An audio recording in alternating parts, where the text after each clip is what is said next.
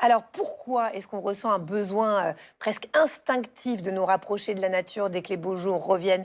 C'est vrai, là on a envie de gambader et tout. Pourquoi le contact avec le vivant nous fait autant de bien, comme vient de le dire le docteur Chaboch? C'est ce qu'on va voir avec notre dossier du jour.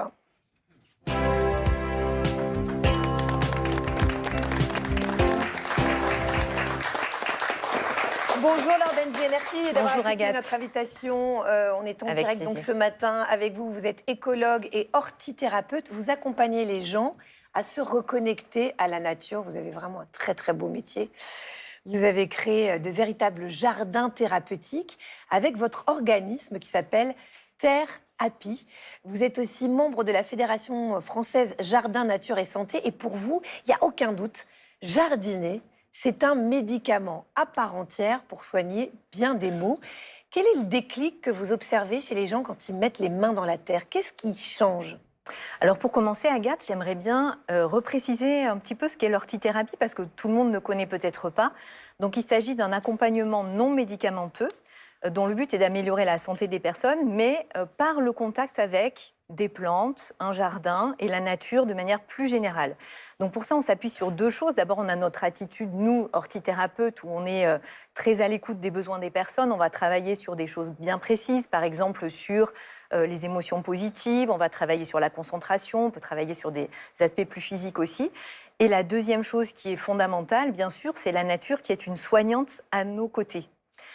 Donc là, juste pour peut-être frapper un peu les esprits, sachez Agathe, par exemple, que si un jour, je ne vous le souhaite pas, mais vous subissez une chirurgie et que vous êtes hospitalisé, eh bien, si vous allez dans une chambre où vous avez une vue sur des arbres, vous allez ressentir moins de douleur, vous prendrez moins d'antalgiques et vous sortirez plus vite. Ça, c'est prouvé scientifiquement. C'est prouvé par une étude très sérieuse qui date des années 80 par rapport à une personne qui, par exemple, aurait une vue sur un mur. D'accord. Donc ça a vraiment cet effet. Nous, en tant qu'hortithérapeute, on va utiliser vraiment tout le potentiel, tout l'éventail des potentialités thérapeutiques de la nature qui sont énormes. Alors, pour vous expliquer un petit peu comment on va travailler par exemple avec des personnes qui sortent de burn-out, des personnes qui ont eu des cancers. Vous voyez de vrais changements? Oui, tout à fait. En fait, par exemple, avec des enfants, je pense à des enfants qui ont un problème de confiance en eux. On peut tout à fait planter des plantes qui vont produire énormément. Donc il y a cette gratification de vraiment récolter les fruits de son travail parce qu'on s'est occupé de cette plante qui va se développer, etc. Ou qui va produire des feuilles spectaculaires, des haricots géants, parce que ça existe et pas que dans les contes. Ah ouais. Donc on va avoir énormément d'effets. On peut aussi travailler sur tout ce qui est moteur, par exemple sur l'équilibre, en jardinant sur des bacs surélevés. Et puisque vous parlez de jardinage, de manière générale, en quoi le jardinage a un impact direct sur notre bien-être? Sans parler de troubles, là. Oui, alors, pour le commun des mortels. Pour le commun des mortels, effectivement, il y a un effet qui est très net. Le premier, c'est effectivement le fait que vous êtes en contact avec la nature. Donc, qu'est-ce qui se passe? Vous avez tous fait cette expérience, vous entrez dans un espace de nature et vos sens sont littéralement bombardés d'informations. Alors, bombarder, c'est un terme un peu guerrier, c'est plutôt des stimulations douces mais intenses. Donc, vous allez sentir, par exemple, vous allez toucher la terre, donc vous allez avoir le contact tactile, vous allez sentir le soleil sur votre peau, vous allez entendre peut-être les oiseaux qui chantent. Vous allez avoir plein de stimulations visuelles puisque on travaille avec du vivant. Le vivant, ça change, c'est très divers, donc on va toujours être en train d'observer comment chaque plante a évolué. Et on va avoir aussi l'odorat qui est très stimulé parce que cette terre qu'on va manipuler, elle dégage une odeur de terre mouillée que la plupart des gens aiment. Je ne sais pas si les personnes du public apprécient cette odeur, mais en général, ça fait l'unanimité. Et c'est une odeur auquel notre nez est très sensible, alors qu'on a un odorat normalement qui n'est pas extrêmement développé. Mais c'est une odeur réconfortante. Donc, en fait, ça stimule et ça réconforte tous nos sens. Exactement. Docteur Chaboch, on entend de plus en plus parler des bienfaits de la nature sur la santé. On l'a bien compris avec notre invité. Mais est-ce que le contact avec la terre, avec les plantes, avec les espaces verts, ça a des effets mesurables sur notre organisme? Donc, je ne sais pas, est-ce que, par exemple, les marqueurs varient en fonction de quelqu'un qui est reconnecté avec la nature ou quelqu'un qui ne l'est pas? Absolument, Agathe. C'est ça qui est fabuleux. C'est qu'on a allié la science à l'observation de bon sens, je dirais. Je vais vous parler de trois choses. Le stress, la tension et l'immunité. Oui. Pour le stress, le grand scientifique Bratman de l'université de Stanford, prestigieuse université, a montré qu'un bain de nature de courte durée diminuait déjà notre rumination et notre stress de manière significative, avec à l'appui la mesure de molécules dans notre cerveau, de nos hormones, de nos endorphines. Sur l'attention, c'est magnifique aussi. Une étude récente faite à Barcelone, 2500 écoliers, on a étudié en fonction s'ils étaient dans un milieu urbain ou un milieu rural. Eh bien, ceux qui sont dans la nature, il y a moins de maladies de l'attention, il y a plus d'attention et il y a une meilleure mémoire de travail.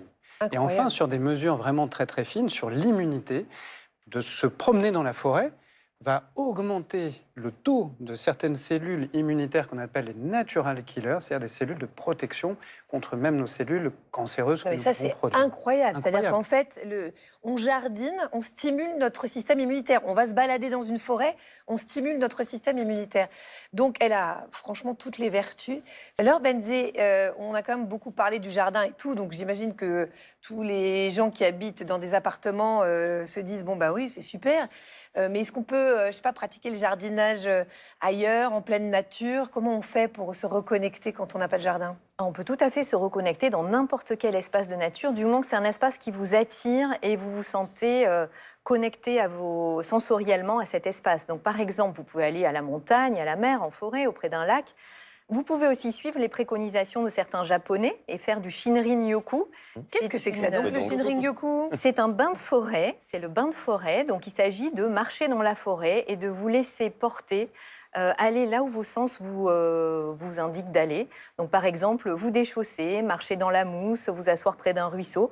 Et il est prouvé effectivement que si vous faites cette pratique, vous allez avoir tous les marqueurs du stress qui baissent. Et vous allez également avoir votre système immunitaire qui sera boosté, comme l'a expliqué Adrien. Et les plantes d'intérieur, ça fonctionne pour ceux qui n'ont pas de jardin? C'est pas mal déjà. C'est pas mal. On peut commencer par ça. Non, mais c'est très intéressant ce que vous dites. Donc, on peut acheter des bacs et on peut jardinouiller, quoi. Déjà, Oui. mettre les mains dans la terre, c'est Tout déjà à fait. bon pour tout ce qu'on a dit. Exactement. Attention, stress, système immunitaire. Bien, merci beaucoup, Laure. Voilà qui nous déculpabilise. Sarah, je sais que vous avez interrogé les Français. Mieux que ça, je leur ai proposé une vraie connexion à la nature en leur faisant faire une petite sieste. Oh. Ah, même le béton. En dessous d'un palmier, donc c'est pas mal. On y est.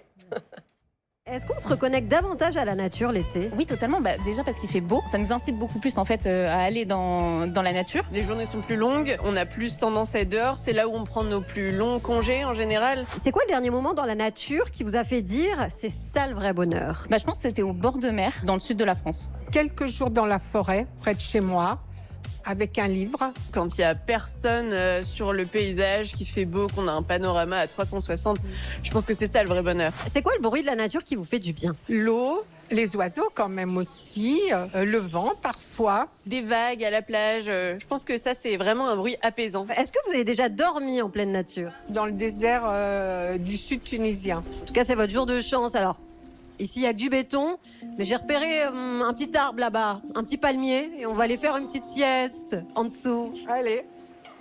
On imagine qu'il y a les palmiers. T'entends la mer là? Oh là là, mais qu'est-ce que vous êtes gentil avec les Français, Sarah. Ça nous a fait du bien. Ah oui, j'imagine. Bah oui, pour votre système immunitaire, c'était parfait. Adrien, il faut passer combien de temps dehors chaque jour pour en ressentir les bienfaits, les bénéfices pour le moral? Alors, vous savez bien, Sarah, que mes congénères médecins scientifiques aiment beaucoup les grands chiffres, des grandes études qui font ressortir que normalement, ça serait 120 minutes. Mais c'est beaucoup, 120 minutes. Donc moi, ce que je propose, c'est de faire la loi du plus petit effort, le petit jardinage, mettre les mains dans le bac chez soi, ça marche déjà.